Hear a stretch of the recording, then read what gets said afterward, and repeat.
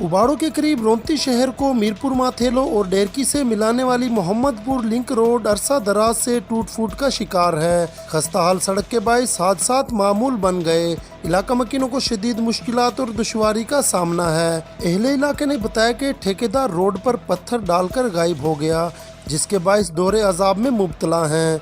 Electronic media, print media वालों का बेहद मशकूर हूँ जो यहाँ पर आए हैं और रोड के बारे में मालूमात ले रहे हैं। असल में यहाँ ठेकेदार आया है, पत्थर डालकर चला गया है, उसने दोबारा आकर देखने की जहमत नहीं की है। यहाँ पर आने जाने के लिए दुश्वारियाँ बहुत हो रही हैं। बच्चे स्कूल जाते हैं लेकिन उनके लिए भी मुश्किलात हैं। अगर यहाँ पर कोई सरकारी मुलाजिम ऑफिस में जाता है तो 2-2 घंटे लेट हो जाता है इस रोड मुकम्मल ना होने की वजह से। मेरा इंतज़ामिया से अपील है कि इस ठेकेदार के ख़िलाफ़ पुरजोर जो है एक्शन लिया जाए और ये रोड जल्द से जल्द तामीर किया जाए।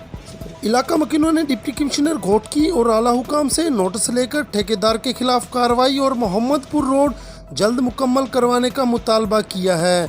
कैमरा टीम के साथ मोहम्मद अली मलिक, उबाड़ो।